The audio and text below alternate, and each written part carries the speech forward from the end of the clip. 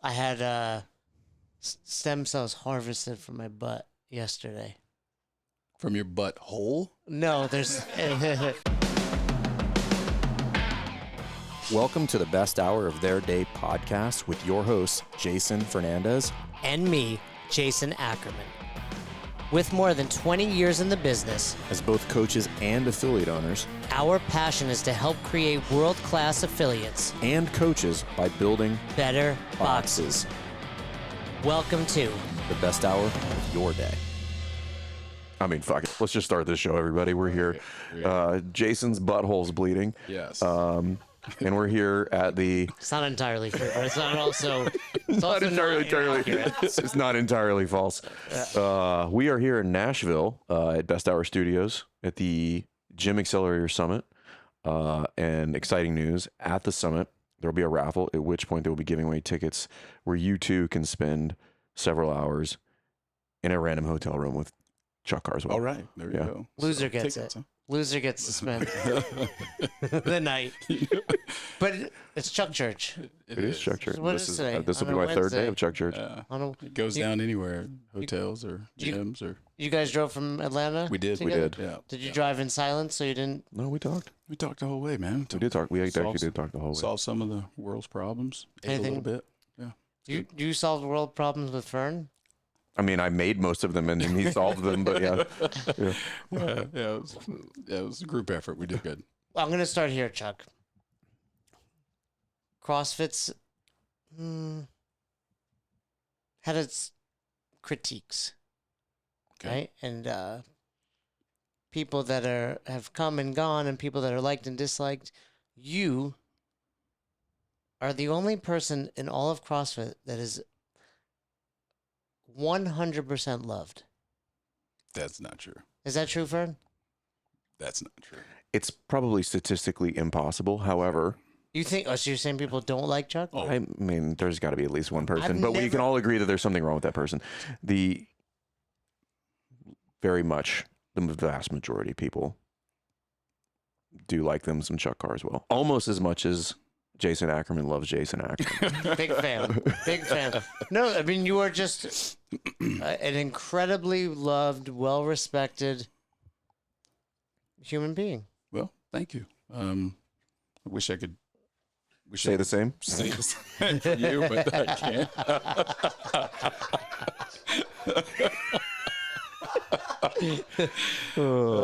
Jay. What do you attribute that to? What do you think? Where does that come? Like, if we were to take a step back, where does that begin to get developed in your What are you, 52? I think this year I'm going to be 55, which means I'm in the division. Wait, now where that the also weights go means down. you're 5 years Scaled. late to getting your life together. Yeah. Because it was supposed to be 50. You're going to be 55. COVID did that though. Go. Yeah, he gets a couple bye years in there. It's like college athletics. Like you get an extra year. Yeah, I was red shirt. Yeah, So you'll be 55. So I believe so. where did that come from? Would you say that's always been an attribute of yours, whether it was college football, your previous career? What about CrossFit then brought that out of you? I don't know, man. I think if you got to kind of dig back, it's probably I wasn't I was a pretty decent kid, like probably my parents would say, yeah, he was a pretty good kid. You mean like well behaved? Well behaved, pretty respectful. How many Carswells were there, siblings? One sister, so The two of you and mom and dad. Yep. And you grew up in Atlanta? I grew up in the city of Atlanta till I was 10, then we moved to Marietta, Georgia when I was 10, 11, somewhere around there. And you'd say the parents would be like, did they call you Chuck? Did they call you Charlie? Depends. Depends. If mom was pissed, she didn't. What'd she call you when she was angry? Charles Edward Carswell Jr. Yeah. And, but as a whole, she would say you were a good kid? No, look, I mean, the reality is, we've all got probably some trauma, drama, and stuff that we've had happen to us and things that we've done. And I just think somewhere along the line, I just, burnt out large part of that stuff and just decided that, just want to try to do right by people. Doesn't mean I'm always going to make that happen, but. But at a young age, you felt that way? No, all right. So let's go deep then. All right. Yeah. So I'm 10 years shit. old. Yeah, this has never been public information. So I'm 10 years old, right? And sitting on the curb, my dad had bought me a Daisy BB gun. I don't know if you guys know Okay. those. Yeah, single pump. cock, Yep. right? So I'm sitting on the curb, and there's power lines where we are, and there's a bird sitting up there, and I'm thinking, just shooting, and one of the shots hit the bird. And he comes fluttering down out of the sky, lands in the grass. And of course, I'm not supposed to be outside shooting this gun. There's one in the front yard, on the street. And so I jump up, run to the house, and throw the gun underneath my bed, that kind of thing, right? And I'm looking out the window, and I see the bird. Sure enough, another bird comes, lands right beside him, right? And I'm just like, oh my God, I've broken up this marriage, this relationship with birds, right? And I'm thinking, oh no, I'm crying and all that stuff. And then, down on my pillow, look up out the window, the bird's there. Down on my pillow, look up, and finally the bird's gone. And so I don't know if the bird got eaten or if the bird just magically flew away. So you're saying you're a miracle worker. I'm not saying I'm a miracle worker. What I'm saying is I've done some things in my We life. say he may have killed that bird. But we don't know. Also, he's also saying that's the worst thing he's ever done. No, I'm not saying that. Killed a bird. At an early age, nah, man. That's Allegedly. That bird that got shot. Yeah. Look, I think the reality is, the reality is if you're in the people business, you're either going to be a dirt bag or you're going to be pretty decent. And most people find their way, and it becomes obvious to everyone around them. So I can't say that I'm a good person, but I think, I'll say it for you. let the reputation where it can speak for itself, and they're not always going to speak well of me.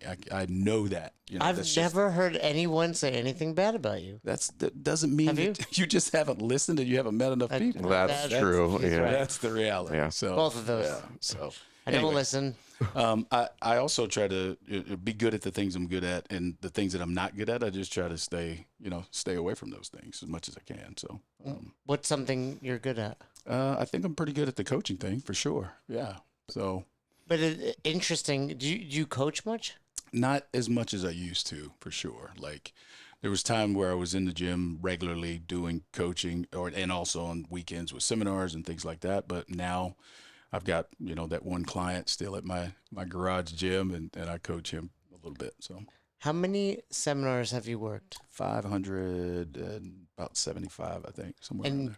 would you just keep doing them weekend after weekend? I would. There was some years where we were doing 50, 47, 50 a year. When I don't know how it is for you versus Fern and I when we get a request or go to work, what emotion do you get at 577? I don't think it changes. I mean, I probably look a little more diligently at the cities that I'm going to, what airports I'm going to be flying into, out of, what's the travel going to be like, things like that. But the excitement's still there. Yeah, sure. Truck church every Sunday. Yeah. And wow. So you have the most seminars out of anyone? Yeah, for sure. Yeah. I was going to say, I can't think of anybody that's Yeah, probably I even don't- close to that at this point. That's Most of the great. people that were on that same track have been off the road for a hot minute. Yeah. Like Nadia, Yeah. Boz. Boz. Yeah, Todd Boz.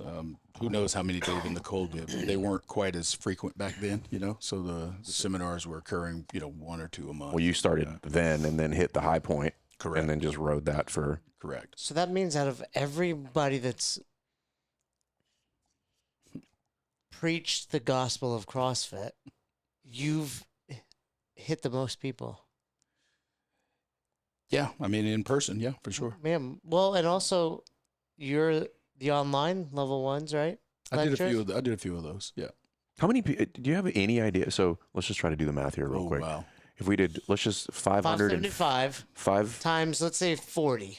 on You average. can't do that. Well, it's because probably there's closer to level twos 30. in Yeah, there, it's right? probably closer to 30 on average But then because there's some of those, also back in the day some when they had 55, 60. So I bet it's an average, of what? like about 30? 30 probably. 575 times 30, real quick, 15,000. Wow. Is that right? I doubt it, Check that. but it's probably pretty close. 575. Yeah, that's probably Oh, like no, you- 18,000 ish. Yeah, 15, yeah. That's a lot of people. That's Yeah, a it's lot it's of a lot people. of people. It's a lot of people, but to the point that I was trying to make earlier, like, I've spent all of my life trying to look for the thing that I was good at, right? Like most people, right? You want to be good at something, you find something, do that thing, and just be great at it, right? I went to school to be a teacher and a coach, and then walked into the classroom for student teaching. And I was like, yeah, this isn't for me. I'm not built that way. At Georgia? No, yeah, at the University of Georgia, yeah. But I found this thing that happens on the weekend. Turns out it's 2 days teaching and coaching, and so it took me 20-something years to find it. But now that I found it, it's kind of the jam. So from the bird shooter Yeah, at 10, yeah, you obviously got involved in football, I did. Yep, and you were very good at it. pretty good. Yeah. Well, good enough to play. We were talking about high school on the way here. We were Yeah. living our glory days. What's All-star games. What's your best moment in high school football? Best moment in high school football, state playoffs, senior year. We are playing McEachern High School. And what they high were school were ranked, you? Walton High School in Marietta. And they were ranked top 10 in the state, that sort of thing. And we were supposed to lose by, I think, 15, 20 points, something like that. And scored a couple touchdowns. And last couple. You did? Yeah, sure. Yeah, I was a football player, man. No, but I mean, you just said like you scored 2 touchdowns in that game? At least 2. I think 2. Did you play both sides of the ball in high I school? did not, except for this game at McEachern. The coach put me in the last play. They were driving and about to tie the score or go ahead, and put me in the game. Quarterback threw the ball, and I just went and got it. So yeah, picked it off, sealed the game. Like, so you got an interception. Yeah, interception. Yep. Yeah. I'm really shocked that you Football. know what Yeah, that this is is. amazing. Yeah, this is really good. I'm trying to follow. Yeah. Like, I literally never played a game of football. I don't know. We know. Yeah. So you had a couple of times, but that was your best game. And then did you go on to win the states? No, we went the very next week to LaGrange, Georgia, and got the brakes beat off of us. But you played well enough in high school. University of Georgia is a great football school, right? Yeah. Like, that's all. Yeah. And Recent national champs. That's correct. yeah. Twice. Twice. And you played with Goldberg. I did. Played with Bill Goldberg. I forgot about that. Sure did. Yeah. Yeah. He was a defensive lineman. And I actually changed positions, went from running back to defensive back in college. And Did you make that? When When you got there, did they make that shift? They're like, hey, we're going to put you on the other side of the ball. No. So I came in with some incredible running backs, like first round draft choices to the NFL. So Tim Worley, who went for the Pittsburgh Steelers. You got Keith Henderson, 49ers, Rodney Hampton, New York Giants. Okay. And then following that crew was Garrison Hurst, who ended up at the San Francisco 49ers. Oh, So okay. these are the some athletes. That I Some was playing at. studs. Yeah. Okay. And so after my redshirt year, I started doing the math, and it's like, if these guys stay all the way through their college careers, then at some point in time, I might get to play, but that's only 1 or 2 years. I want to be on the field right now. So I handled the punt return duties, used to do the punt returns for the team. And then I made the switch after my redshirt year. I went to Coach Dooley. And You went and asked him? Yeah, for sure. Yeah. So instead of running the ball, you're the guy trying to Correct. attack. Correct. Who was, Good job. who was your biggest influence in football? Biggest influence in football while at Georgia, or Just when I was coming up, or Yeah, in general. Yeah, I was a big fan of Walter Payton, just because of his work ethic and his workouts. He used to run hills all the time, and What was his nickname? Sugar Daddy? sweetness. Well, that's close. You actually. Sugar daddy is something totally different. Yeah, I mean, I knew it was kind of. Yeah, it was candy. Yeah. Old sweet tart. Yeah. You're like, what? Oh. But I meant more so from like a coach perspective. Who was like, what coach influenced you the most? Oh, wow. So obviously I had some, so I've been around great men my entire life. And when I say great men, I'm talking about like not only Moment. this moment. Particularly right now. No, I've had some phenomenal coaches along the way. So I start off with Kay Ellenberg, who was my Pee Wee League coach. Like, he was the one that wouldn't let me just do the things that I was good at. He kind of forced me to try to, do something different when I was running the ball. I had a spin move that I used to make all the time, and it was the exact same way every single time. And he caught on to it and said, hey, don't do that. Do it the other way. Like, try it a different way. Not the greatest coaching cue, but, he got me to attempt something. That But other different. way. Yeah. Do that. Just different direction. Yeah. But he must have saw something in you that young. I mean, he's a leader of men. I mean, a young man anyway. So, he saw some ability for sure. Because I mean, I was pretty good, like you said. Like, Were you playing Pop Warner? Like, Yeah, how early did you PB start 10. put on pads? Yeah. Okay. Yeah, I was 10. I think it was pound ball back then, right? So like I was 80 pounds. Oh, Somewhere yeah. around There's there. so weight classes. Yep. Yeah. You were yeah. 80 pounds at 10 years old? Yeah, is that big or little? I was 91 at 18 years You're old. 90. You're So- 91 last week. What are you talking about? It's true. So your Pee Wee coach. You'd have Yeah. been playing with the 11-year-olds at that point. Yeah. Crush those 11-year-olds. Yeah. So Pee Wee League, yeah, of course. My high school coach, Steve Jones, was obviously he's the guy that I hadn't played defensive back since I was in Pee Wee League when I got into high school, and he's the one that had the foresight to put me on defense in that playoff game, and lo and behold, I ended up in college doing that exact same thing. So that was a great one. Then of course I got a chance to play for the legendary Vince Dooley at the University of Georgia. I got a couple of years with him. Followed up with Ray Goff, who was a quarterback at Georgia and the head coach there, and then had a little stint down in Miami and got a chance to be around Don Shula. So, So you got drafted by the Dolphins? I did not get drafted. I sat in my family room with media, TV personnel for 2 days. So you were waiting. No. Did you see people in the draft? Yeah.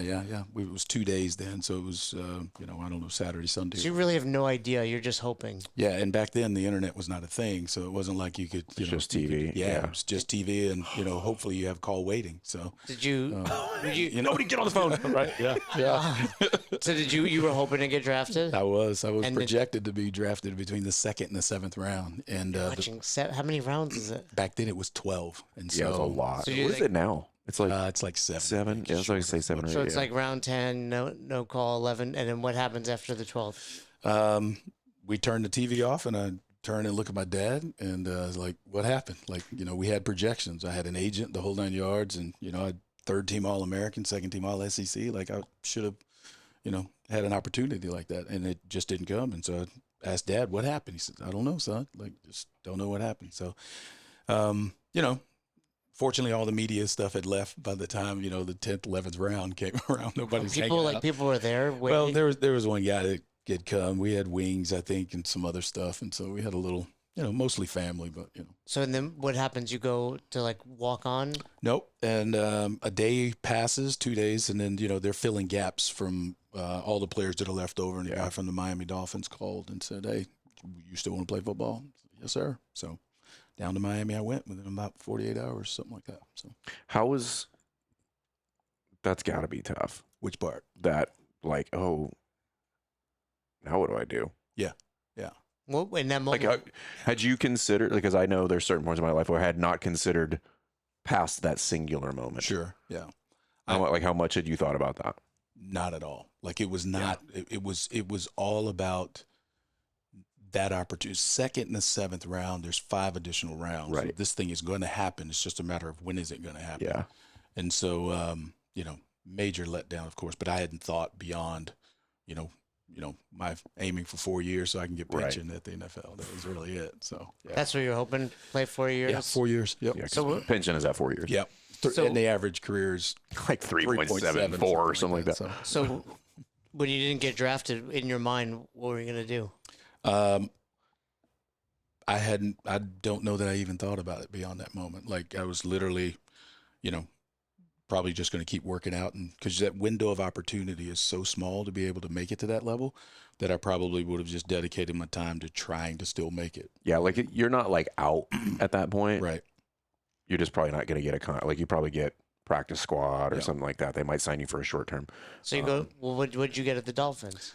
Yeah, I had a contract, 2 years, 2-year contract, and it was the initial contract, but made it through training camp. Actually, went to mini camp, which is like 3 days to kind of start it off, and did so well at mini camp. I got invited back with all the players that had been drafted that year, and so I'm like super excited. Like this is really going to become a reality, and I got the chicken pox. At 20. First of all, I don't 22 think years black old. people get chicken pox. You chicken pox. It's weird that you hadn't gotten it Yeah, to that you're point. too Like, old. That's the real problem, Yeah. right? Yeah, is that I hadn't gotten it. Yeah, so 22 years old, man. Who Got gave you chicken pox. pox? My nephew. Yeah, so, yep. 22. Did you have chicken pox parties when you were growing up? I remember Like somebody's kid, like everybody over to Johnny's house, like let's get this shit over with. I was getting old. I was like, so my sister, like my half sister, so I didn't see her a lot. But when she got it, my mom was like, "You got to go to your dad's." She was like covered, and then I was just like, I had a few, like I didn't have it bad. But so Yeah, I had it bad. Supposedly the older you get, the worse. Probably worse. Yeah. Probably almost it was pretty resembles. bad. It probably almost resembles shingles at that Yeah. point. I've never had shingles, but yeah. I've seen a couple people had. I'm like, ooh, Okay. that looks rough. Yeah, it was pretty bad. It was pretty bad. Not permanent scarring, but it was pretty aggressive. But that was the end. So I got the chicken pox, I think 2 or 3 days before I was scheduled to go down there. So I didn't get, but yeah, so probably more like a week because I didn't get to go early. I showed up on time with everybody else. And so that was I won't say a nail in the coffin, but that was another major setback in the opportunity. So Do you think? I don't know if it's healthy to play the what if game, but yeah, go for it. do you think? How much of an impact do you think it would have had for you had you been able to get that? How much extra time would you have had? Like how many? Is it days? Is it weeks? it was at least 2 days, like 2 days, if not 3. What do you think the benefit would have been there? You're just ahead. That's it. There's just no way around it, right? Like, 2 days Like of playbook and everything. Yeah. Not only the playbook, but additionally the relationship building that you have the opportunity to do with the Without- coaches there. without- the yeah, rest yeah. of the rest of the team, it would have been. Those are just the invaluable. draft picks, or is that everybody? At Or is fir- it like the current roster plus draft picks? Yeah, Okay. no, I think it was just the early drafts because they were. Oh, trying so to this is a pretty orient it. small This group is- of people. yeah, it Oh, was- okay. yeah. Okay, that makes more sense Yeah, now. Okay. yeah. Because I mean, what's a NFL roster? 53 I was gonna back say then, 60, but yeah, okay. Yeah, okay, that makes more sense. Where you're probably looking at less than 10 Maybe guys. 10, 12. Yeah. Okay. Yeah. Okay. Yeah. So Okay. yeah. And was that the end? Like no playing beyond that? No. I mean, obviously I got down there a little later on and then went through the preseason and then got cut 3 days before Hurricane Andrew hit Miami. And so, I ended up back home. They had plans on bringing me back a lot sooner. And that plan got pushed. And then I ended up back down there in October, there for a week, and then got sent out again, and then ended up getting another contract towards the latter part of October or early part of November, and then stayed through the playoffs that year. So, yeah. So what is this, like late 80s? Yeah. And every Um, Did you play at all? Like how many? Like No, it was spring of Special 92. teams? 92 is when I ended up down special there. teams? No, No. got no field action. I got None. injured the very next off season. Tore the rectus abdominis in my stomach. So I had actually won the short shuttle. The 5, Yep, 10, yep. 5. Was the first Yeah, athlete. it's now called the Pro Shuttle. Yeah. And I think they changed it a little. They did something different. I don't know, but pro shuttles. It's different now. hey, on that note, 5-10. It's the 20-yard shuttle. So Oh, okay. 5-10, 5. Yeah. on that note, who do you think would win in a sprint? Me and Fred. How short? 40. 40-yard dash. Even that is a win. He's trying to figure out how to break the news to you, dude. Yeah, you probably were. Yeah. I'd give you a shot, but not a good. You think I'm overconfident? I feel like you've seen me go a little bit. I have. Yeah. Yeah. No. That's why I'm I know saying. Fern won the summit. I know Fern won the summit workout and all this weekend. Cassidy was carrying most of that weight. I was just like, just keep me in the I've game got there, this buddy. delusional belief that I can beat him in the 40. Maybe we'll set it up. in It's Nashville. real. No. So every time you'd go home, you'd go like back to your parents' house. Yeah. Sure. I was fresh out of college, man. I didn't have an apartment. Had a couple dollars in the bank, but it wasn't like I had a major contract. I mean, you're talking 92, so I don't know. The contract was probably with incentives, $250,000 or less. That's not The contract, not the signing bonus. Right. Signing bonus was, That's the if you- upfront money right. stuff. So. And then were you just like, okay, this football dream is not happening? When did I get to that? Yeah. So, the rectus abdominis tear the very next year, the spring, I think it's off-season workouts. We're down there running around in the grass. Leg slips out from under me. I try to pull the leg back through. Pop. I feel it. Should have had on cleats. Didn't have on cleats. That kind of thing. I'm the guy that's won the 20-yard shuttle, so I can't let anybody beat me while I'm in tennis shoes. So anyway, go get the rehabilitation for that. And then, was Is with, that where I think you told me you went to? Did you go to Birmingham for that? I did. Yeah. Yeah. You and I talked about that Yeah, at some point. yeah. Yeah. So that was later though. The Birmingham was way later. The Okay. dolphin surgery, I stayed in Miami. Oh, okay. But then to your point, when did I realize the football thing was over? I had been drafted to play with the NFL Europe back in the day. And so that was going to be my opportunity to try to work my way back to the NFL. 3 days before we're scheduled to get on the plane to go to Amsterdam, I'm playing for the Amsterdam Admirals, wearing shirts, T-shirts, helmets. It's kind of a walkthrough. Quarterback throws the ball. I run down the field. My ball, my ball, my ball. I jump for the ball. Safety comes across the field, runs into my knee. Grade 3 MCL tear. Oh. Yeah. And so That's rough. Yeah. I did that in college my freshman year. That one hurts. Yeah. Stood up, and the knee won't do. It'll go this way, but when it starts doing that thing, it's just It locks up, and you're just like, ugh.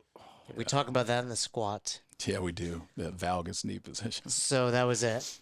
Yeah. So no, then I ended up in Birmingham. I was at Health South with Dr. Andrews and rehab. Did really, really well. But it's an 8-week rehab on a 10-week season in Right. Europe. Nobody's sending you a $5,000 ticket to get over there. So, that was it was starting to wind down after that injury. So now I've got 2 injuries on my books, and not a lot of field Plus the time. chicken box. Plus the chicken box. That was the real. Yeah, that was They're like, this dude got the so- chicken box. Get rid of him. So I got 3 injuries on my books now. Yeah.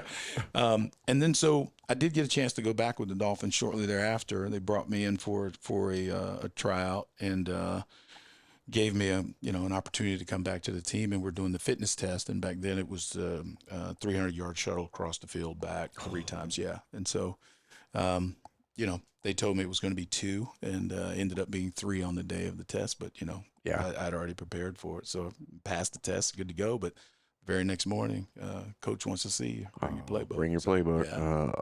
So yeah, That means you're done. I mean, Yeah. usually when that usually. you bring your playbook, you already know. Yeah, turn it in. Yeah, And that was it.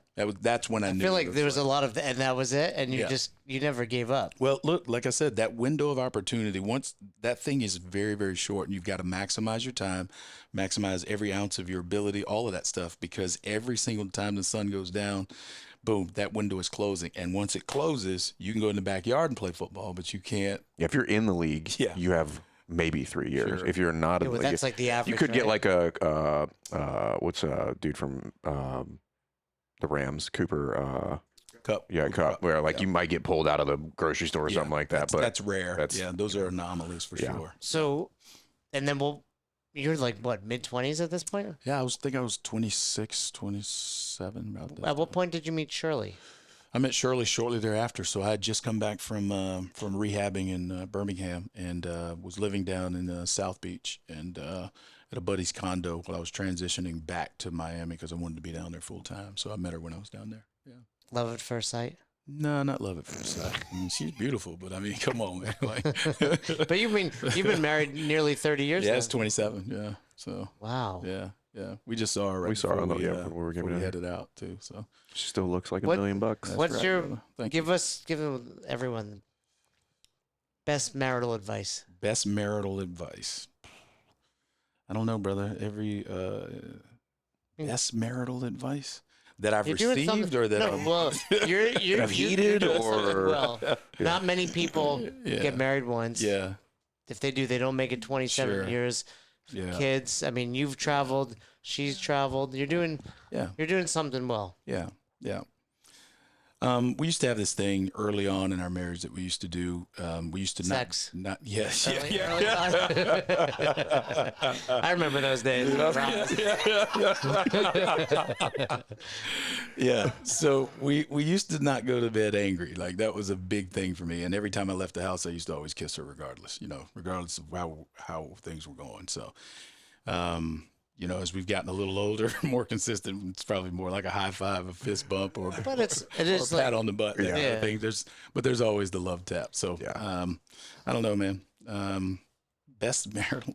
I think that's marital advice. You gotta, Don't it's go to not bed easy. angry. It's work, bro. That's it. It's work. Yeah.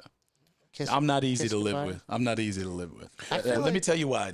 Yes. You know this. You public personas, right? You guys are in the Are we? public, kind of. This room feels pretty More crowded, me to be than honest. Fern. But yeah, I get it. And you know, sometimes the closest people to you are the ones that take the most heat from you when you have downtimes. You know. Oh, So my wife is a saint. yeah, okay. Like, Well, you got a good one too. Then that's good. oh, I'm never getting rid of that one. Yeah, that's no. good. You got the better end of that deal. Yeah, don't you? Wait, yeah. I definitely married up. Yeah.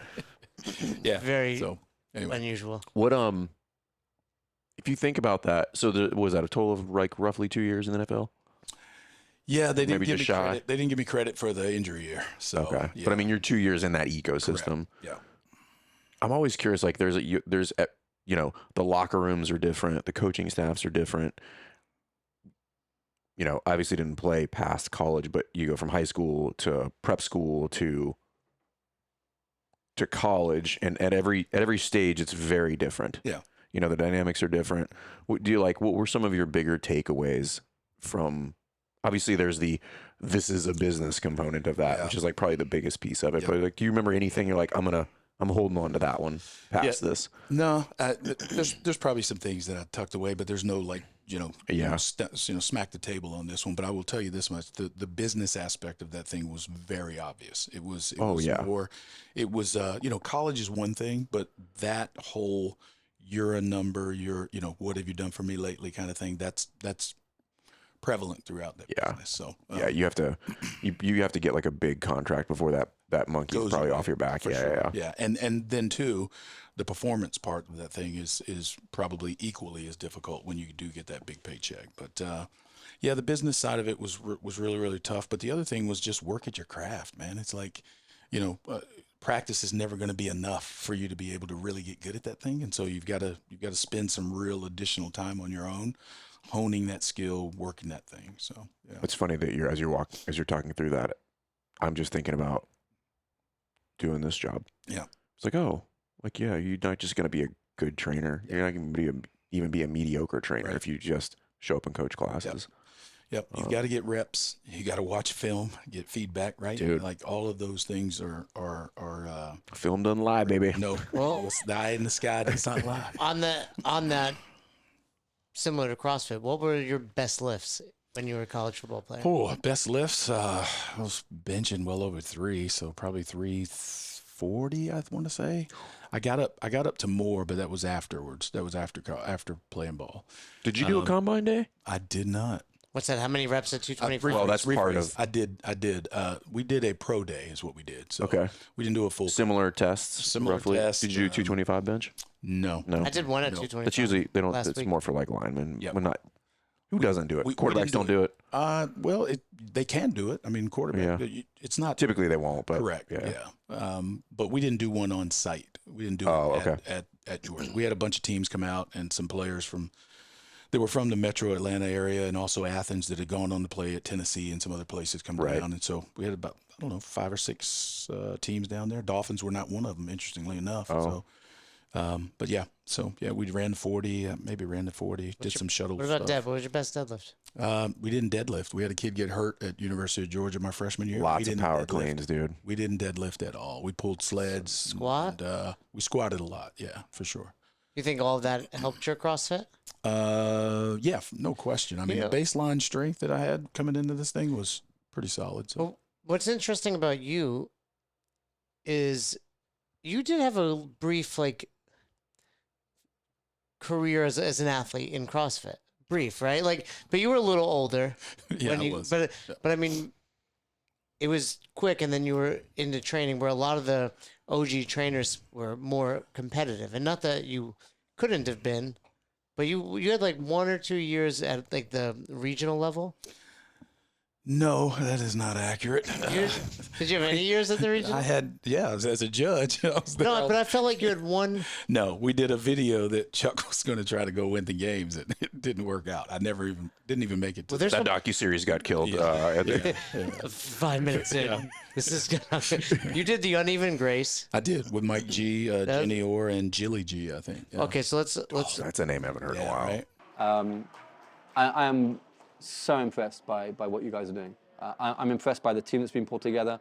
I'm impressed by what you're helping the affiliates focus on.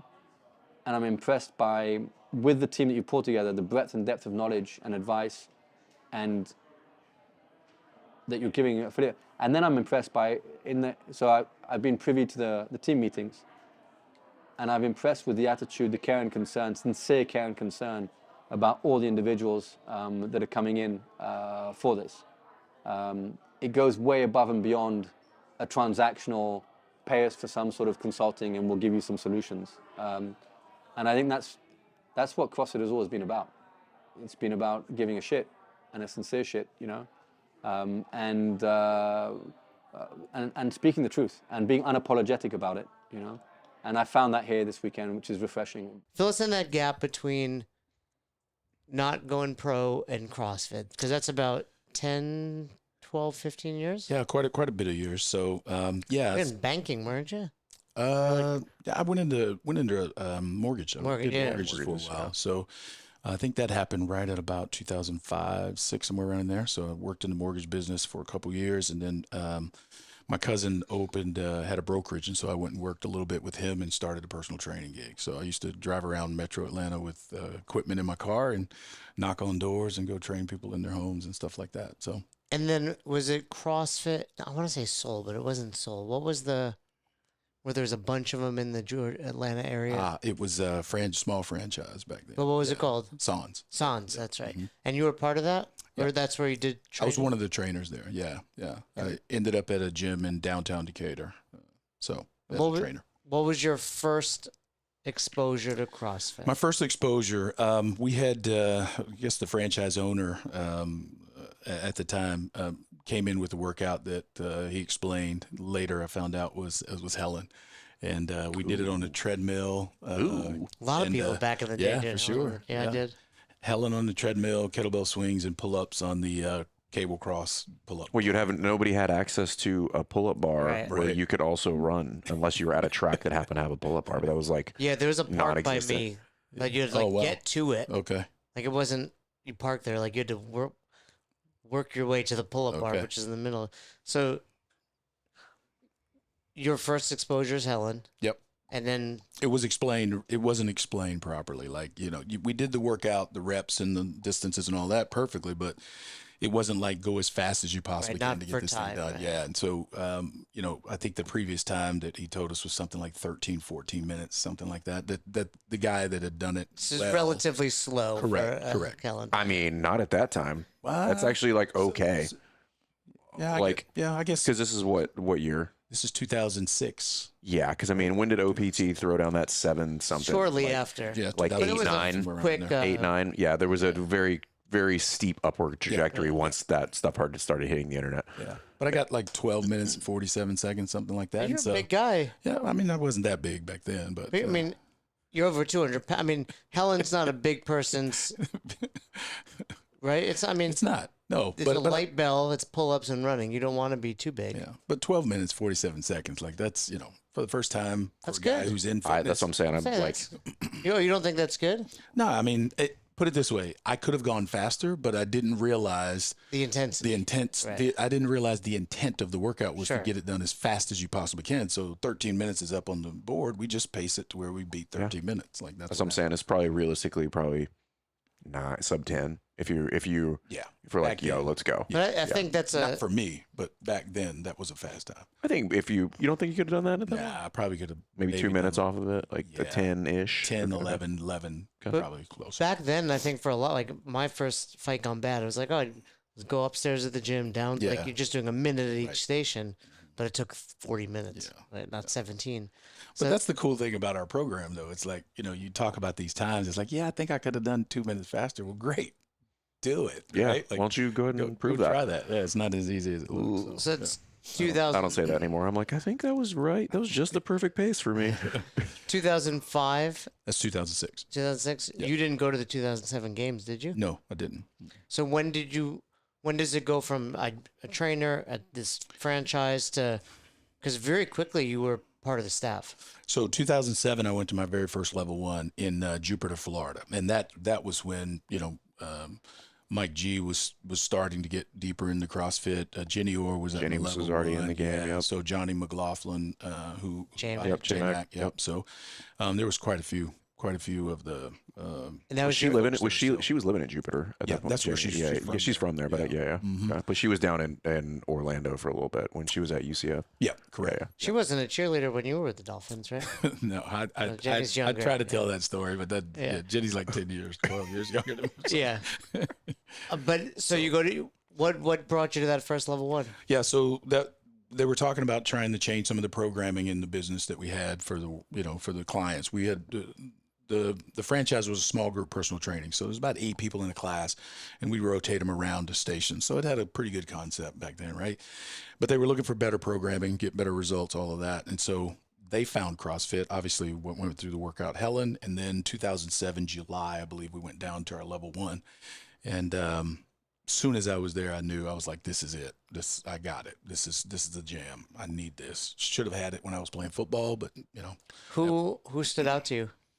I had all the OGs there, man. It was, I had Nicole Carroll was there, Annie Sakamoto, Brendan Gilliam was there, Coach Glassman was still Another name, doing almost all the lectures Yeah. and stuff. I think Dave was down there too. So I think a lot of TJ people. Cooper. I was going to TJ literally Cooper ask was you guys there. were in the Yep. CrossFit East. Yep. This is how you know. This is how you know you're old school. When you have a cardinal direction for your name. Yeah. You ever hear Glassman tell that story? He's like, whoever's married to, like, hey, honey, they want to do CrossFit East. There's going to be 4 of these one day, So, Yeah. But what was the moment for you at your level 1 that when you say like this is it?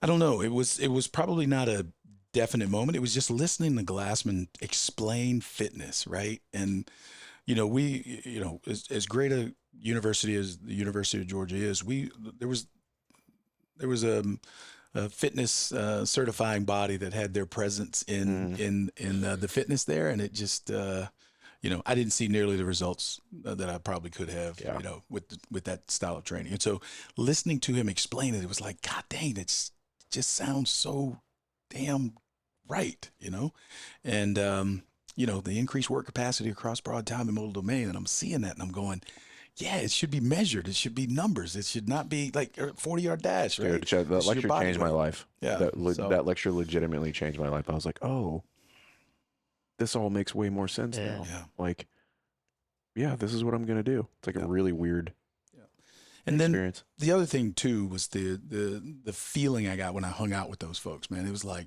they actually, like to hang around with me and stuff. Like they don't seem like I'm people are bothering cool. them. Yeah. And they're pretty damn cool. Annie Sakamoto made fun of me the entire time because my outfit matched back in the day. So she did. Adidas, full Adidas? No, I didn't have Adidas. Is that what you wear? My Adidas. Huh? Yeah. So, and then you finish your level 1. Finish my level 1. We go back to Decatur, and I'm all fired up about CrossFit. We should change this damn program. It's not my business, but I remember you guys like seeing when I found CrossFit shortly after. Yep. So I ended up attending 2 additional level 1s, and they were in Decatur at that facility. And the second one was, I believe it was the second one, which is where we did Uneven Grace. So. Oh, so, and when you attended them, were they inviting you there, or was it just because it was at the gyms you were? It was just at the gym, and back then you weren't supposed to have hanger arounds. You weren't allowed to just hang out and stuff. But I was DJing and stuff, so I just I got the playlist, guys. and then you did the. And then I'd help out. I'd not help out. I'd try to jump in a small group and get some time and stuff like that. So the Uneven Grace, was that your first video on CrossFit? Probably, yeah. Probably had to be. You can find it. I'm sure Cody can plug it in here somewhere. But you did essentially, you had like 115 on one side, like not 115 on one side, but like a 35 on one side, and then did 30 reps. Yeah, when Tony Budding, who was the media guy back then, taped our hands. Oh, I too, remember so that. Yeah. You had to grab it in a particular spot. You couldn't just shift you couldn't over. shift over to. No. Yeah. So he forced that, which was pretty Tony pretty Budding. interesting detail. Well, that's like, as you're saying that, just like some of the experimentation in the early days to get to where we are now of the constant variance was, borderline reckless. Yeah. Borderline reckless. Well, also just unnecessary. Yeah. Yeah. It's just interesting if you go back to that time frame, like the things that they were experimenting with. It wasn't just movements. They're like, what if we unevenly loaded this? Like, how would that change the workout? Just nobody would do that. Everybody would think you were a crazy person if Yeah. you did that. Or like that guy clearly can't count, you know. But they were just like, let's see what happens, you know. Like turns out it's fucking harder. Yeah.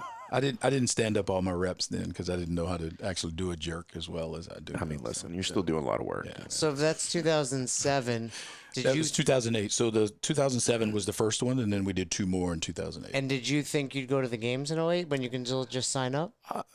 No, I mean I could have. I mean I could have just signed up and gone out there, but I mean, you know, look, this whole expand the margins of your experience and do the things that you don't really like to do was not one of my things. So I didn't like to run very much, not very far anyway. And so I missed out on a lot of fitness because I didn't quite cherry pick, but I just didn't work as hard at that weakness as I probably should have. So yeah, didn't qualify. And then what's the jump from I'm attending these things? Yeah. Because I remember meeting you in South Brooklyn in 2008, and Yeah. you were part of the staff. Yep. So after that, at the third level one I was at, Nicole said, hey, you know, why don't you go back here and watch Jenny's group? It was the deadlift group. And so 3 movements, deadlift, sumo, deadlift, high pull, medicine ball clean. And if you got anything to add anything. And so she talked all the way through the deadlift. I didn't add one thing. She talked all the way through the sumo, deadlift, high pull. I didn't add one thing. And then she got to the medicine ball clean. And there was an athlete that was having some problems curling the ball, right? And whatever communication she was giving to this athlete wasn't working. And she just turned to me and goes, you got anything? And I said, yeah. I said, treat the medicine ball like a baby's head. So rub the baby's head and don't spin it. And he's like, got it. Very next rep, boom, he opened his hip and didn't spin the ball. Nicole That was the birth standing. of Chuck Yep. Carswell. I was going to say that was like the first sermon. Yeah, the first sermon. That was it. I tell you what movement I would have not been jumping in on, the med ball clean. I'd have been like, nah, I'm Or good. the Thanks. sumo Yeah. deadlift. Yeah, I was content standing there watching her. I mean, Jenny's a damn good trainer, so I was totally content watching her do her thing. But the fact that you know I got that opportunity was pretty And then special. they were like, you're hired? No, Nicole was she just nodded and walked away, and then You're like, fuck, what does that mean? and then I still feel that way, by the way. yeah. And then a few weeks later, they were going to a seminar at down in Brunswick, Georgia, Federal Law Enforcement Training Center. And you know, I live in Georgia. They called and said, "Hey, Nicole emailed me, and, you know, give me a call or something like that." I don't know how it happened, but she's like, "Hey, you want to come down and intern, help out?" I was like, "Yeah, come on, sure, I'd love to." So I drove down and was helping out. Was planning on helping out at the seminar during the workout, stuff like that, and taking notes, learning more. You know, all the stuff we do. And Coach Glassman added 15 new participants to the seminar, and I went from standing. Here's your group. Here you go. Yeah. Good luck with that. Yeah. You know? Good Don't old fuck pat it up. Yeah. Yeah. Oh, Good old pat man. on the back, and you know, yeah, it was just a disaster. So So over those years, we've all seen it, but especially back then, a lot of people come and go. Yeah. What do you attribute you being around for 20 years now? well, I mean, obviously, you know, you got to have a skill set. So I mean, I have a pretty decent skill set. But the second thing is, man, I'm telling you, I've found the thing I was just destined to do. Like this is it. You know. So. Well, I was going to bring that up. So you and I were just at our trainer summit. So Northeast, Southeast. And one of the things you brought up there, which I think it's for sure pivotal in my growth, you know, and something that I've seen you do many, many, many times is, you know, you were talking to the group about, hey, just understanding the people on the other side of these interactions, Yeah. you know, and hey, as soon as we open that door, like that's when it starts. And that's something, it sounds weird, but like you can lose that. Like you can lose that, that enthusiasm. Like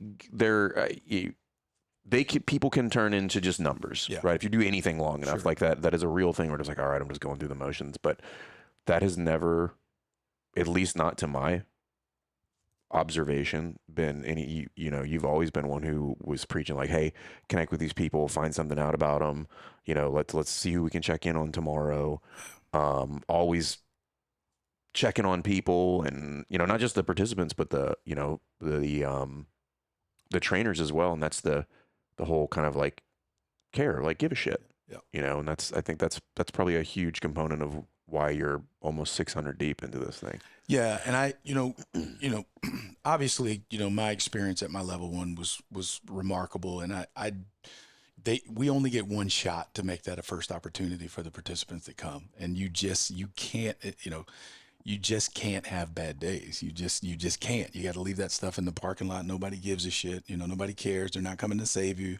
You got to pony up and do the job. And, there's plenty of time for us to have downtime. We can burn it down. We can go to get a cheap meal and do all that stuff. But that experience can be life-changing, not only for that person that's sitting in that seat, but what happens when they open a gym, talk to somebody else, they, hire people, all kinds of stuff. I mean, the ripple effect of what can happen at the level 1 course is just something that can't be overstated. And so for us as the seminar instructors, we have to recognize the magnitude or the weight that's kind of on our shoulders to do that. And I just, my team, good, bad, or indifferent, don't care if you say things slightly wrong or miss a line here. That's not what's important. What's important is, are we communicating this thing across to the people so that they get inspired to go do something with it? And, if that's happening, then, man, we're being successful. So, yeah, it's cool. It's a cool gig, man. It's a cool job. There's worse jobs. Yeah, for sure. I think what you don't understand, what we were talking about earlier. So Fern and I interact with hundreds of affiliates and thousands of coaches because all of their staff are part of our curriculum. Mm-hmm. And whether it's our staff of Lindsay, Todd, Steve, Pat, I think you correct me if I'm wrong. Like you see, like I say this, you have become the personification of care within CrossFit, right? Like when people talk about a connection, it's like they're trying to channel their inner Chuck Carswell. Yeah. Okay. So you might not see it because they leave the seminar, but then we see it when they, especially those that decide they want to become better trainers. Yeah. So it's. Thank you. You say like, I think you said like, ask one more question. Yeah. Right. Like that's become a. No, I didn't say that. No. But I mean, you said it just now. But I mean, that's become like attributed to you.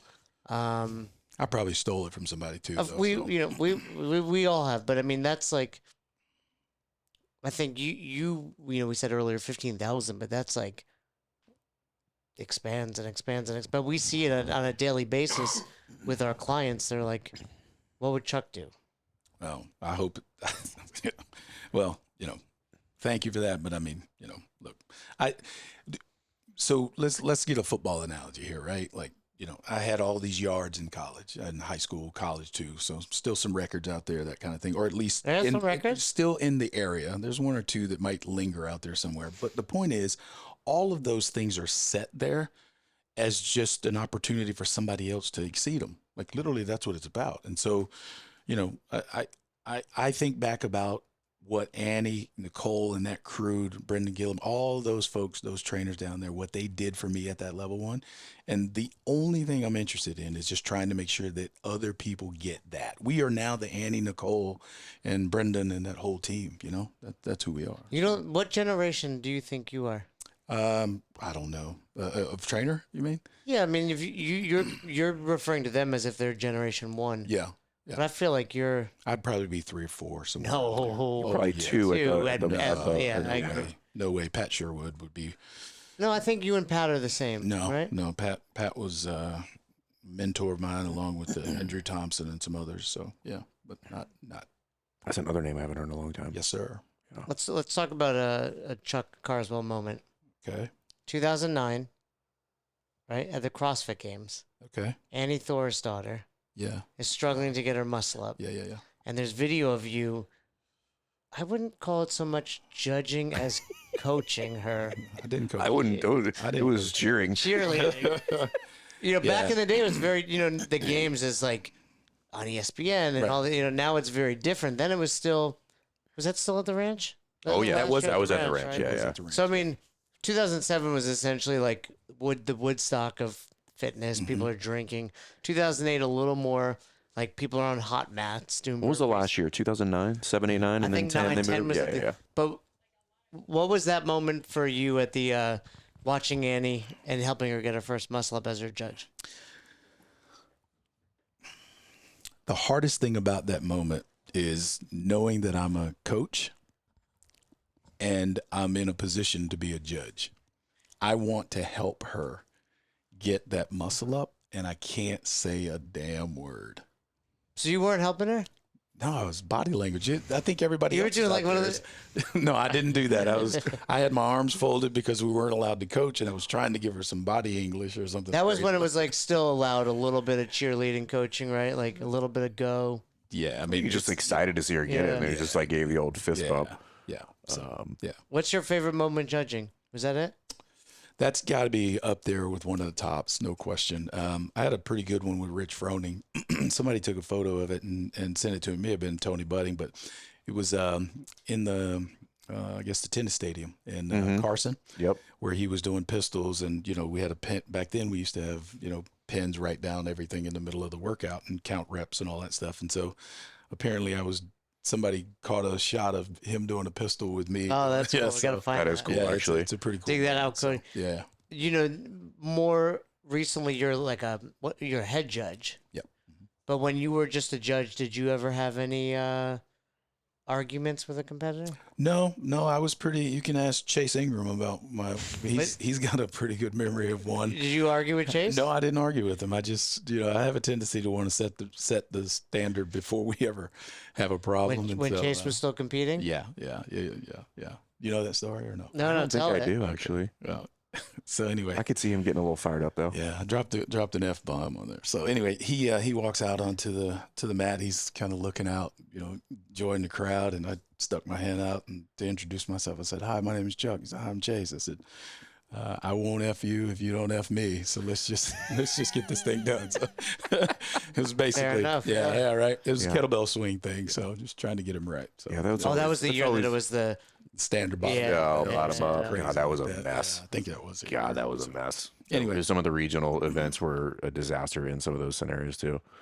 He's a much better storyteller. He tells that story. So He it's is a good storyteller. But you've been involved in so much. You've never owned an affiliate. I did. Yeah.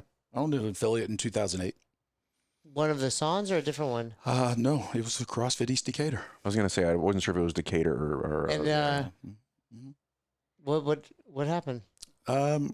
The travel thing started to pick up, and I lived in Marietta, Georgia, and instead of driving to Decatur, Georgia, 45 minutes, you could with a little bit of traffic, you could easily turn into an hour and 15 minutes. I unfortunately opened a gym where I had some influence, and it was on the wrong side of town, so it's just too far away, and so I just burned traveling. myself out. Especially leave Fridays, home Mondays. Yep. And Becomes several too much. times I got stuck in, not several times, a couple of times I got stuck in Canada, couldn't get out, or, you'd get in delayed late and, 5 a.m. class, and I have to call my business partner and be like, hey, you're going to have to take that 5:30 a.m. class. So, yeah, not many- a fun call to make. How many countries do you think you've worked in? Great question. I have the old passport, but I haven't gone through and done the count, but I'd probably say 15, maybe 20. that's a pretty good count. Yeah. Maybe 20, somewhere around. Just with CrossFit. Just with CrossFit. Yeah. Yeah. And aside, so you've owned an affiliate, Mhm. judged, obviously longest, one of the most tenured seminar staff. What are some of the other roles you've had now? So I'm also the seminar excellence manager. So What does that mean? basically, seminar excellence. Short answer would be like quality control for seminars. Just ensuring that the training staff is executing the way that we want to, and providing training where we need to make sure that those things stay at the level that we expect. What are you doing well that when you showed up in 2006 and you realized I want to do this, that still happens in 2024 with completely new people? Yeah, so the transference of culture is a big deal, and we're doing a pretty damn good job with that. I no agree, question. yeah. And not only that, but the feedback from the participants is saying that as well, and then, to the tune of 90, 95, 98%. I mean, it's like ridiculous, off the chart numbers for the quality that they're getting. But I would also say the content has been pretty tight. Like nobody has fidgeted with that, messed with it. So even though Yeah, it's gone largely unchanged. Small tweaks here and there. small tweaks along the way, A little and, less zone, a little bit. Yeah. Right. So, but essentially those two things, transference of culture, just we're chasing excellence, man. Like, if what you did yesterday still looks good today, you hadn't done much today. So you still got to, Hey, what happens if it works? Do more of what works. Yes, exactly. Do that again. A lot of people that listen to this aspire to be on staff, Okay. what would be your advice? First of all, it's a phenomenal job, no question. But my advice would be, it's not the only job. So you can chase that and make that your dream if you want, but you need to know there's other ways to have impact in this community. Be prepared. The feedback that you receive from from folks around the community is strong, but it's a job interview, and everything that you do there is going to be judged accordingly. So you're either up to the task or you're not. Yeah, I think Kristen Bowen, she would say, hey, if we were evaluating, just like understand when you're making this decision of whether you pass this person on, it's just like that's probably the best version of that person you're ever going to see. Yeah. So if you're not immediately in the hell yes, Wow. then the answer is no. Yeah. And it's just like I always think about that when they show up, and I'm like, am I immediately going to say yes to this just based on your timeliness, how you interact with the team? Like I have to continue to get those yeses as you're there over the course of 2 days, and like every no is not one no. Sure. It's like it's almost an absolute no. Right. It's like don't do anything that you're going to get a no on.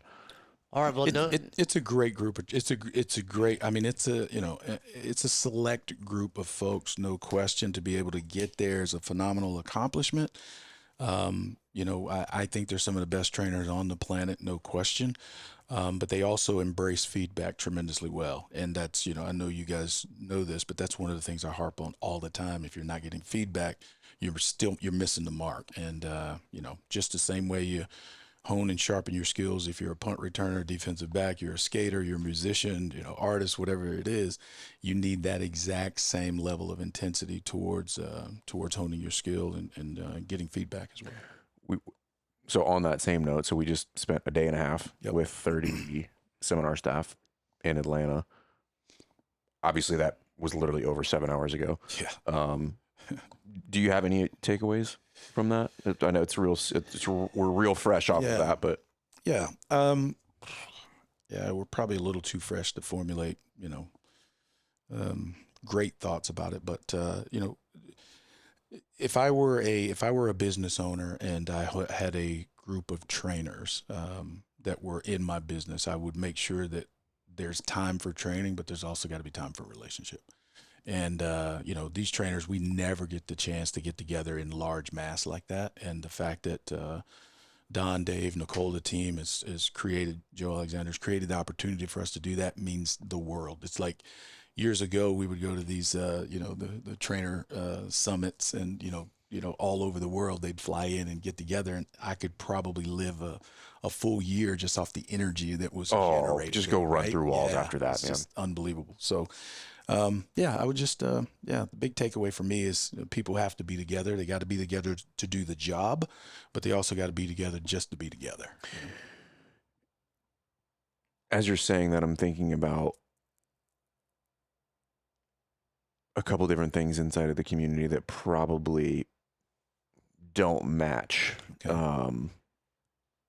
Community culture, something we all probably throw around a little bit too liberally, if that's a good way of saying it. And as you're saying that, I can think of many, many times, at least I'll speak for myself, but I could probably speak for a lot of people, where we focus on the community, and then we leave out the facilitators of said community, which is the coaching staff. Like what's your members are tight. How tight's your team? Yeah. Like what? culture wins. Yeah, but it's just, collectively as a community, I'm like, that might be where we're falling short, honestly. As box owners and leaders, we're like, oh, you're leaving out, and I'm just pontificating as you're talking about that and thinking about, and we try to do a good job of that at the box. But now that you're saying that, we need to do better, because I realize, coming fresh off of that, how important that is. And, and you and I talked about it a little on the way here, that it cannot be overstated, the importance, at least in my personal opinion. And I've said this before. I think whatever CrossFit wants to do, whatever they want to achieve, wherever they want to go, whatever the number is of people that they want to impact, that road is paved with red shirts. And then underneath that is all the coaches at all of the affiliate, No question, all over the world. Yeah. And in order for that to be the case, that's got to be it's got to be cohesive. It's got to be really, really well built, and it's got to be, you're going to put a lot of miles on that road. Yeah. So it's got to be well built. Yeah. You know? And keep in mind too, I mean, you're dealing with people just like we, as coaches, we talk about the clients, and, as much as we love them, they all come with their stuff, Right. And if you're going to have a great coaching staff, you're going to have to work through some challenging times. You're going to have to work through some challenging personalities. You're going to have to maybe get some people on board, and then maybe get some people off board, not be a part.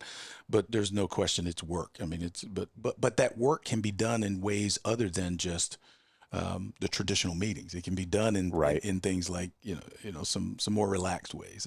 Well, I think of all the the most impactful conversations I've had with you or Jomo or Cabo or any of those people were not in a seminar setting. Mm-hmm. They were outside of a seminar setting, just talking about it and working through it, sitting at a bar somewhere, probably too late.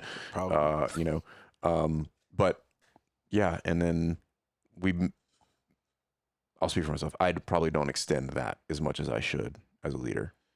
Well, at the box. Well, there's an area of improvement there for you. So yeah, but I think that's an untapped. I won't say untapped, but that's probably, to your point, one of the ways that we could have probably a bigger impact on our clientele is by making sure that those that are providing that service are squared away, good to go, and we're still asking one more question, peeling back layers with those folks as well. So yeah, for sure.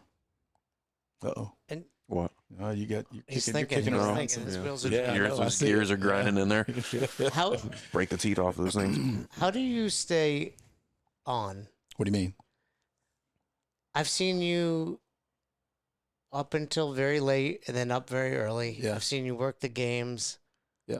I've never really seen you tired. Well, you didn't ride with us in the car all the way down. Who drove? I did, yeah. But I mean, Yeah. I mean, certainly not at a seminar. Like, Sure. it doesn't matter what time you go in, you are on and ready to go. But I mean, the only time I remember one time the games ended, and you showed up to the after party you were like, I sat on the edge of my bed. Yeah. You remember that? Yeah. Yeah. But I mean, that was the only time I was like, oh, Chuck gets tired. Look, hey, we're very fortunate. The folks that are around us, that train us and all that stuff, they a lot of these folks have, put their lives on the line. They're military personnel. They don't want to hear that you're tired business. What are you talking about? Well, you couldn't I don't necessarily say like I'm tired. I just go to bed, right? Like I'm saying, like He just literally just disappears. You're the last one. Yeah, but In it's Denver, we were in Denver. He's just walking out of the bar. I was like, "Are you leaving right now? Are you just literally not going to say goodbye?" He's like, "Oh, I figured I would talk to you later." I was like, And here we are. Yeah. 3 days later, talking. Yeah. It's always been that way, actually. The kind of the last one to leave, be around. I was that way in high school, man. We'd end the game, and if there were kids out there who wanted to talk and all that stuff, I'd be the last one. My parents Signing autographs. I wasn't signing autographs in high school, but yeah, it's just always been that way. I mean, I know. There are people I've met along the way that I've probably looked up to and had in my head, and the last thing I would ever want for somebody that's getting the opportunity to get this experience is for me to come off being an asshole. Like I thought that dude was cool, but he's a real asshole. And so, having said that, what's the old saying? Like, don't ever meet your heroes. You'll be grossly disappointed. Yeah, and it's I've just always been pretty generous with my time for the most part. So. What did your parents do right for you to be like this? My parents, how much time you got, man? I mean, we can get into parenting in 101, and we can start talking about discipline. We can start talking about, how things were done. How many notes you got on here? Yeah, right. I got quite a bit. Yeah. But But they did something right. Like, dude, it's the South. other than man. the bird, I'm a poor Southern bird you killed. They didn't have anything to do with that. Buying of the gun, they might have had something to do with, but not the bird. No, man, they set a great example, bro. My parents are just good people, man. My mom and dad been married over 50. They're still around? Yeah, both. Yeah. Wow. Yep. Dad's They live like right down the street from you, don't they? Yeah, a mile away. Yeah. So, yep. Well, so you still have a tight to this day. Yeah, tight. Yeah, talk to them probably once or twice a day sometimes. And probably see them, once or twice a week. So we're always together a little bit. So yeah, it's cool. Yeah, they're good people. So What have you done well as a dad? what have I done well as a Yeah, dad? you're doing a good job. You'd have to ask my kids that, man. Don't let me tell you that. You'd have to ask my son and daughter. Do you think you treat them the same way you treat participants? No, I think parents have high expectations of their kids, and we probably are a little more difficult on those that are closest to us. No question. Yeah. I'm not tough on my kids, but you know, I have high expectations, man. Like, and I will tell you this. The hardest thing that they have to deal with is trying to meet those expectations. But I'm also a pretty gracious dude too. Like, I can help you along the way. I can show you things. I try to do that. But if you really want to know the true story, don't ask me. You got to ask them. Like, seriously. All right, we'll get them on. No, don't get them on. You can go talk to them, but don't put them on. What's been one of your biggest struggles as a coach or being on seminar staff? Like, what's one of the things that you've struggled with the most? You're like, oh, this is gonna be like really challenging for me to deal with. Leadership is tough, and so that's not what I thought you were gonna say. To be honest with you, yeah. Well, What do you think you'd say? Well, I just feel like he's let's dig in a little further. But the when I say leadership is tough, I'm not talking about trying to help people achieve. I'm not talking about that. I'm talking about having to step back to let others take the forefront. That part's hard, not because I don't like sharing the forefront, but because I worry about the dulling of the skills. That's the real challenge. For yourself. For sure. Okay. There's the selfish component to that is that I worry that my skills will become more dull. Dulled. Yeah. They won't be as sharp. If the instrument will be blunt. Correct. Yeah. So One time to do that, we were in Orlando, and one of the participants goes, let me see if I can remember the question. What's the difference between CrossFit's vision and mission? And Chuck could not have stepped out of the way faster and handed it to me. And because Jenny remembers this, we'll joke about it. And I was like, the thing about ethics, like it was like Billy, I was like, we're all now dumber for having this. It was like, you just threw me under the bus on that one. but look, You were awarded no points, and may God rest your soul. I think I figured it out, but I was like, what's happening? Pat Sherwood was notorious for that. As I started to develop my skill, right, he wouldn't maybe throw that deal. You remember that one? Yeah, I do. I remember something around that. I don't remember the exact question, but I do remember it. going, "That's a good one for Jay." Yeah. On that leadership note, you and Joe talked about it this past couple days. I can't recite the mission statement verbatim, but which I should probably be able to do that. That concept of the custodians of the willing, Yeah. and that really popped out to me, and it's not stated that way in the mission statement, but that was like the extraction of it. Like, hey, that's part of our job is to be the custodians of the willing who want to use this methodology that is CrossFit. Yes. And how that applies to that idea of leadership is part of that is stepping out of the way and like letting people, get better, fail. That's why I stepped out of the way for you. I genuinely appreciate me that. Yeah. Leading. I wish you would realize that. I'm leading you guys. Yeah, we're guides for this thing, man. Like the custodian is a great word for that, but I mean we're literally just guiding people on this journey, and then hopefully at some point, especially when you talk about the level 1s, level 2s, they can pick that baton up and just run with it on their own. But yeah, if you're willing to step across the threshold of the door, come to the course, get involved in the program, do whatever it takes to get started, then we can help usher that forward. Yeah, I remember I talked to at the games actually, and when we interviewed Nicole, and I forget how it came up, but we were talking about CrossFit is kind of by definition exclusive because it is only for the willing, and that willing piece is a better way of stating it, that like, hey, it's here for you if you're willing to try and willing to put your ego aside and willing to go through the process of being fitter, learning new things. putting yourself out there, failing, expanding the margins of your experience, helping other people. That's not for everybody. No, it's not. And usually the folks, and I don't have any statistics on this, but just, as we were talking on the way here, like, it seems like if you have had that kind of experience in another area of your life, it only makes sense when you show up and you start doing this CrossFit. And so there's an instant connection to it. And so you're not fighting against yourself to kind of get, to walk the walk, if you will. Yeah, it seems very natural. Like you and I were talking about, just like sports. Makes sense. It makes sense. You're like, oh, I recognize this. This feels the way that I would imagine it would. I'm always curious. So on the topic of feedback, when you look at, and I think you're a perfect person to ask this question because you've done more seminars, arguably stood in front of more people than anybody, delivering the level 1 kernel. Where do you think we have the greatest area for improvement as a community of coaches? I think we could probably, if I had to nail it down, I'd say we need to major in the majors, not in the minors. Like there's certain things that are just a part of what needs to happen that we should be focused on, not get bogged down in the minor details. So I would say that with movement initially, right? Learn as much as you can about the movement, start big, and then finally work your way down the small. But major in the majors. Get people consistent, get them foundationally strong in the movements, and then get them to eat right. Done. If you're an affiliate owner, what if you were to make that more specific? If you were, what do you think that looks like?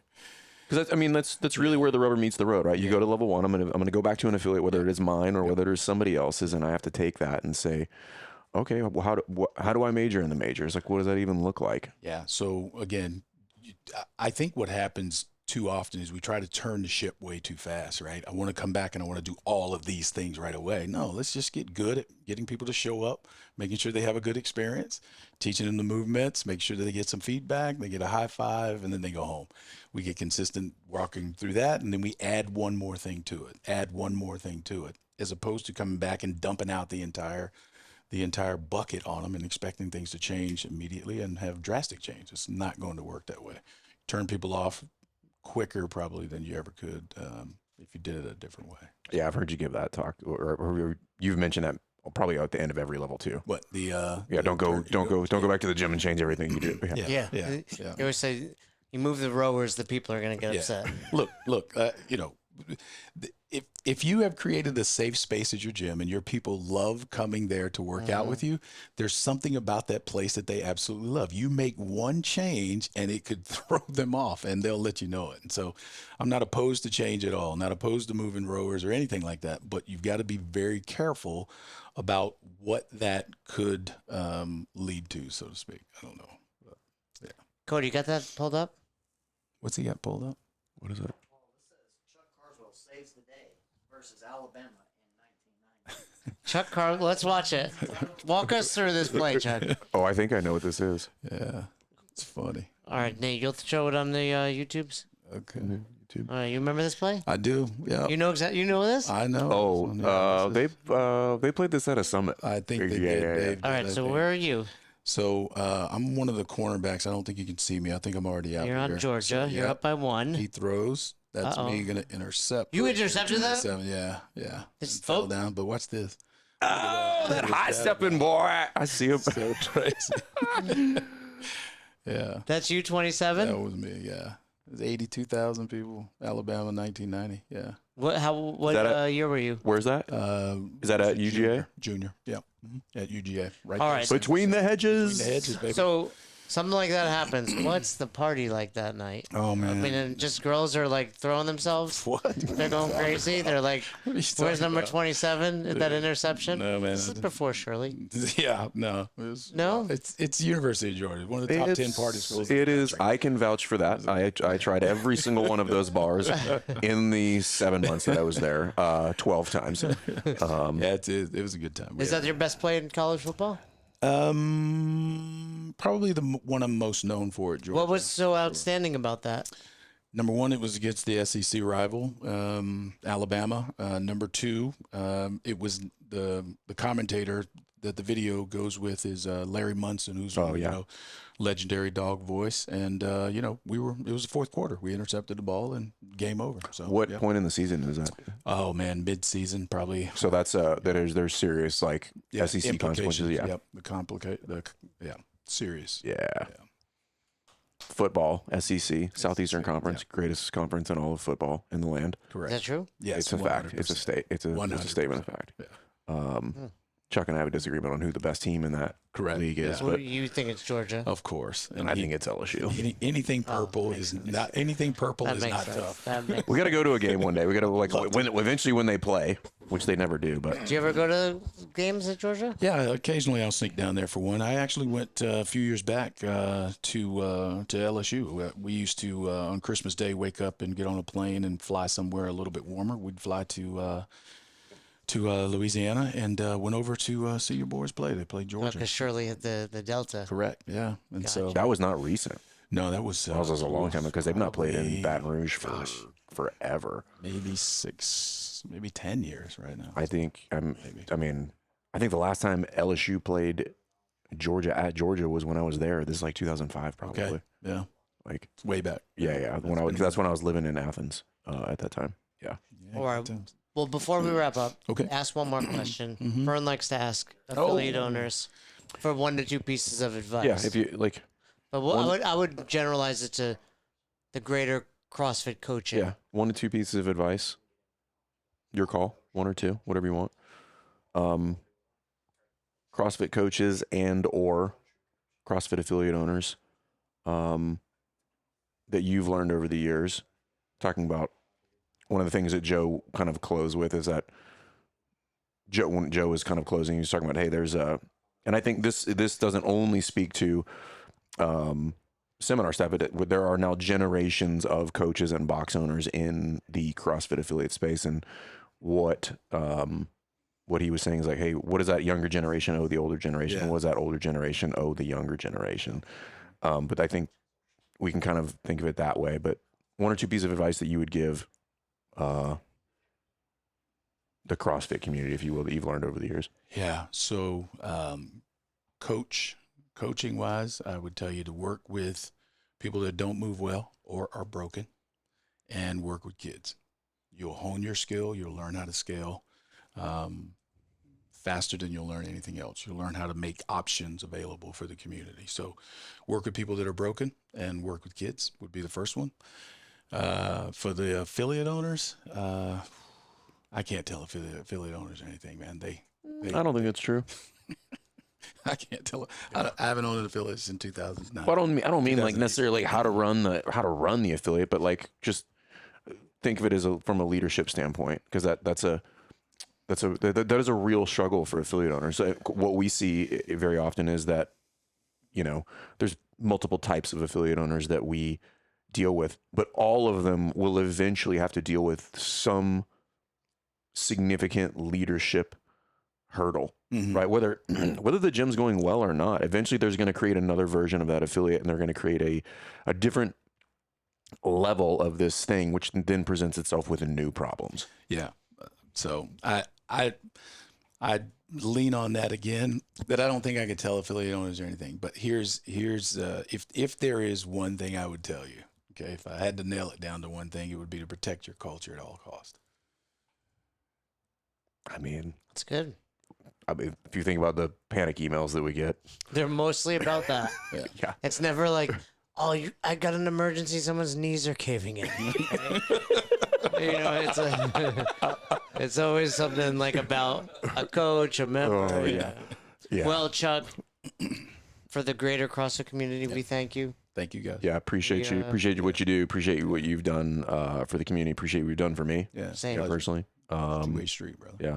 And What would Chuck do? what are we gonna do to celebrate 600? Ooh. Ooh. I don't know. We should go somewhere. I'm in. Yeah. Somewhere warm. I'm in. Okay. We should go to a football game somewhere warm. I'm definitely in. Done. Okay. Done. My Deal. man. All right, let's do it. Appreciate it. Thank you, Thanks, Jack. Thank you, guys. We'll see you guys next time. Thanks for checking out this episode of the Best Hour of Their Day podcast. We appreciate you listening and choosing to have us help you in your passion for coaching and affiliate ownership. You can find more episodes just like this on all podcast platforms. If you're interested in learning more, you can reach out to us on any social media platforms, or you can visit www.besthouroftheirday.com to book a call. If you found this episode helpful for you, please share it so that we can help other coaches and affiliate owners to help build a bigger and stronger CrossFit community. Thanks for listening.